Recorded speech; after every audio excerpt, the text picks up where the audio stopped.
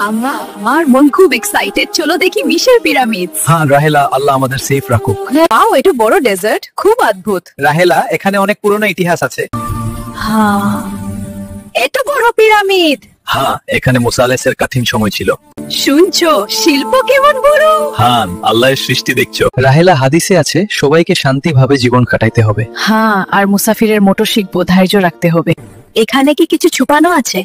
হ্যাঁ রাহেলা, সবকিছু ছুপানো ছিল। মুসা আলাইহি উকলামের কঠিন সময় স্মরণ করছি। আই সব রুম দেখো কেমন শিল্প। মুশকিল ছিল সবকিছু ছুপানো রাহেলা, বলে মুসা আলাইহিস সালাম অনেক দুঃখ পেয়েছিল। হ্যাঁ রাহেলা, মুসাফির মোটর শিখবো আমরা। ছিল খুব দুর্নীতি। হ্যাঁ, কিন্তু আল্লাহর হুকুম চিরস্থায়ী। আল্লাহর আদেশ সবচেয়ে বড়। হ্যাঁ, শান্তি পায়া সুবার হোক। পিরামিড কেমন অদ্ভুত।